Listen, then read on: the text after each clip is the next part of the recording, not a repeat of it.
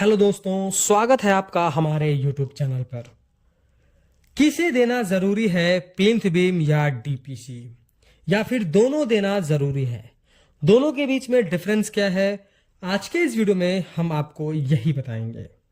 हम आपको बताएंगे कि प्लिंथ बीम देना जरूरी है या डीपीसी देना जरूरी है। जैसे पहले आप देख रहे हैं कि यहां पर ब्रिक वर्क के ठीक ऊपर डीपीसी दिया गया है।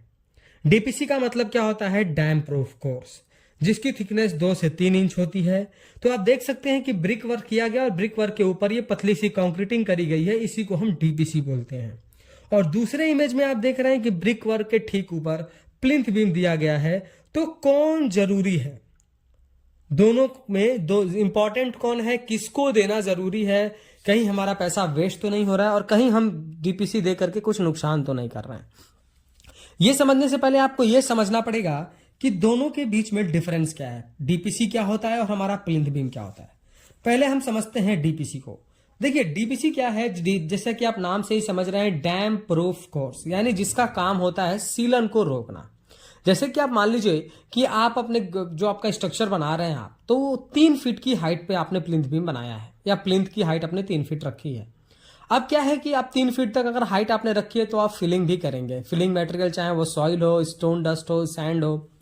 प्रॉब्लम क्या है कि जब 3 फीट तक आप फिलिंग कर देते हैं ब्रिक वर्क की लेवल तक और फिर आप फर्श बनाते हैं, तो जो हमारा ब्रिक है, जो हमारा ईंट है, वो क्या करता है? मिट्टी से पानी एब्जॉर्ब करता है और फिर उसको ऊपर की तरफ चढ़ाता है कैपिलरी एक्शन के थ्रू। तो इस कंडीशन में क्या होता है कि जो पूरी आपकी दीवार है उस पर पानी आने लगता है, उस पर सीलन आने लगता है। और सीलन अगर ज्यादा हद तक आता है तो आपके पेंट पुट्टी को तो छोड़िए, प्लास्टर को भी खराब करने लगता है, जैसा आप इमेज में देख रहे हैं। तो अगर आप इन सारी चीजों से बचना चाहते हैं तो आपको डीपीसी देना चाहिए। डीपीसी कहां देना है? अपने फर्श लेवल पे देना है। जैसे मान लीजिए कि आप जो अपना फर्श बनाएंगे तो फर्श के हाइट से 2 इंच नीचे आया है, उसकी बिल्कुल लेवल में आप डीपीसी दे देंगे तो फर्श के लेवल तक जो भी आप फिलिंग करते हैं, जैसे मान लीजिए आपने सॉइल की फिलिंग करी, फिर उसके बाद आप या तो पीसीसी करते हैं या फिर आप ब्रिक के टुकड़े डाल करके फ्लोर बनाते हैं, तो उसके लेवल पे डीपीसी होना चाहिए, तभी आप सीलन से बच पाएंगे।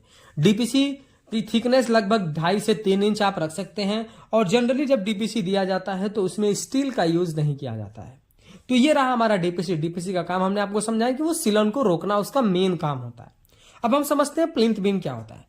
जैसे कि आप जानते हैं कि प्लिंथ बीम का सबसे इंपॉर्टेंट काम है फाउंडेशन को लेटरल रूप से सपोर्ट करना, और दूसरा दीवार के सारे भार को फाउंडेशन में समान रूप से डिस्ट्रीब्यूट करना। यानी कि प्लिंथ बीम के ऊपर जितने भी ब्रिक वर्क करे जाते हैं उन सबका लोड हमारा कौन कैरी करता है? हमारा प्लिंथ बीम कैरी करता है। और प्लिंथ बीम उन सारे लोड को कैरी करके सारे कॉलम में और सारे फाउंडेशन में बराबर डिस्ट्रीब्यूट करना ही उसका सबसे इंपॉर्टेंट काम है। फाउंडेशन को लेटरल यानी भूमि के रूप में, फाउंडेशन के रूप में एक बेहतरीन सपोर्ट करना, स्टेबिलिटी प्रोवाइड करना, लेटरल रूप से उसका यह काम होता है। और स्ट्रक्चर को तब सपोर्ट करता है सबसे ज्यादा जब इन केस कि मान लीजिए कहीं पर क्या है, सॉइल बैठ गया और नीचे हमने जो प्लिंथ बीम के नीचे हमने ब्रिक वर्क करा है, तो प्लिंथ बीम के नीचे ब्रिक वर्क जो हमने किया है वो सॉइल सेटल होगा तो उसमें तो क्रैक आ सकते हैं। लेकिन प्लिंथ बीम के ऊपर अगर हमने ब्रिक वर्क किया है और प्लिंथ बीम हमने दे दिया है तो प्लिंथ बीम उन सारे लोड को रोक लेता है, तो नीचे जो ऊपर के फ्लोर में, ऊपर के वॉल में क्रैक नहीं आने देता है। तो प्लिंथ बीम का मेन काम क्या है? फाउंडेशन को सपोर्ट करना, लोड डिस्ट्रीब्यूट करना और सॉइल सेटलमेंट के होते समय स्ट्रक्चर को में क्रैक नहीं आने देना। अब दोनों का आप रोल अलग अलग समझ गए, यानी कि अब दोनों देना इंपॉर्टेंट है, डीपीसी भी और प्लिंथ बीम भी।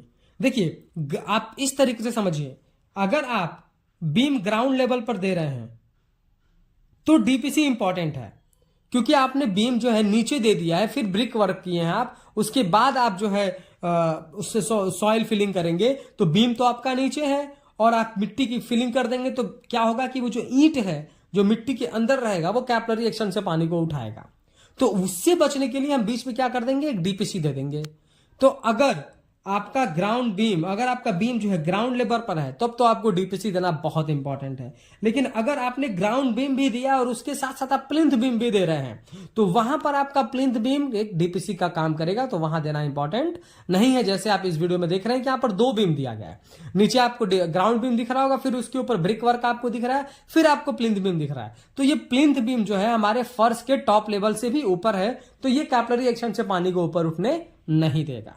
तो आपको मैंने दोनों सिनेरियो समझा दिए, तो क्या समझ में आता है कि हमें प्लिंथ बीम भी देना जरूरी है, डीपीसी भी देना जरूरी है। उसका मैंने आपको क्राइटेरिया भी समझाया। वीडियो पसंद आया तो प्लीज वीडियो को लाइक कर दो, और अगर चैनल पर नए हैं कंस्ट्रक्शन से रिलेटेड ऐसे ही इन्फॉर्मेटिव वीडियोज इन फ्यूचर देखना चाहते हैं तो प्लीज चैनल को सब्सक्राइब करके बेल नोटिफिकेशन को ऑल पर प्रेस कर दें।